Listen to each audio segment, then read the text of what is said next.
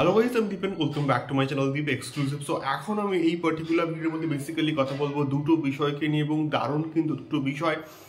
দেবদার খাদানকে নিয়ে তো কথা বলবোই, কিন্তু তার আগে আমি কিন্তু কথা বলবো অবশ্যই শাকিব খানকে নিয়ে এবং বরবাদকে নিয়ে। তো তোমরা প্লিজ আমার একটা কিন্তু ফেসবুক পেজ আছে যার নাম হচ্ছে দীপ এক্সক্লুসিভ।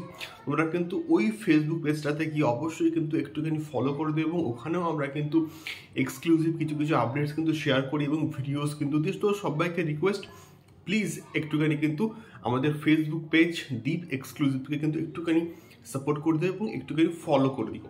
তো প্রথমে যদি আসি শাকিব খানকে নিয়ে এবং বরবাদকে নিয়ে, সো বরবাদে সম্ভবত কিন্তু থাকছে প্রীতম হাসানের একটা গান। তো আমরা দেখেছি শাকিব খানের তুফান যে প্রজেক্টটা এসেছিল, সেই পার্টিকুলার যে প্রজেক্টে, সেখানে কিন্তু প্রীতম হাসানের কিন্তু গান ছিল, এবং সেটা হচ্ছে লাগে উড়াধুরা। এবং আমরা প্রত্যেকে জানি এখনও অবধি মিলিয়ন মিলিয়ন কিন্তু ভিউজ কন্টিনিউয়াসলি বাড়ছে, এবং কি লেভেলের সাকসেসফুল হয়েছিল, কি লেভেলের গান হয়েছিল এই পার্টিকুলার গানটা, মানে ব্যাপক ছিল এবং চূড়ান্ত লেভেলের কিন্তু সাকসেসফুল হয়েছে। তো যে খবরটা আমরা পাচ্ছি বা পৌঁছালে দিই, অর্থাৎ এসএমভির পৌঁছালে দিই, যে আপডেটটা আমাদের সঙ্গে শেয়ার করছেন, সেটা হচ্ছে কি যে বরবাদে যে আইটেম গানটা থাকছে, সেই আইটেম গানটার মধ্যে সম্ভবত আমরা প্রীতম হাসানের একটা গান পাবো, এবং সেখানে শুধুমাত্র কিন্তু হচ্ছে কি আমাদের নুসরত জাহাঁকে নয়, আমরা সেখানে শাকিব খানকেও হয়তো দেখতে পেতে পারি। এমনভাবে হয়তো গানটাকে ডিজাইন করা হচ্ছে। দেখা যাক কেমন হয় এই পার্টিকুলার গানটা, এবং আশা করব যে হচ্ছে লাগে উড়া ধুরাকেও জাস্ট ছাড়িয়ে যাবে এই পার্টিকুলার বরবাদের গানটা। কেমন হয় দেখা যাক।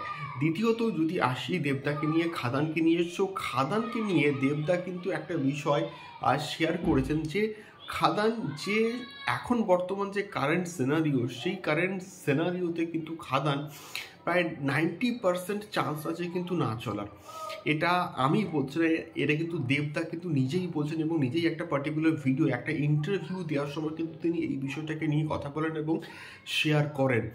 তো দেখা যাক কি হয়। খাদান, আমরা তো মন প্রাণে চাইছি খাদান প্রচণ্ড সাকসেসফুল হোক, খাদান বিরাট কিছু হোক, খাদান সমস্ত রেকর্ড ভেঙে দিক, এবং খাদান দেবদাকে একটা অন্য উচ্চতায় নিয়ে যাক, এবং বিশেষ করে মফস্বল এরিয়াতে, গ্রামে গঞ্জে খাদান ঝড় উঠুক, এটা আমরা প্রত্যেকে চাই।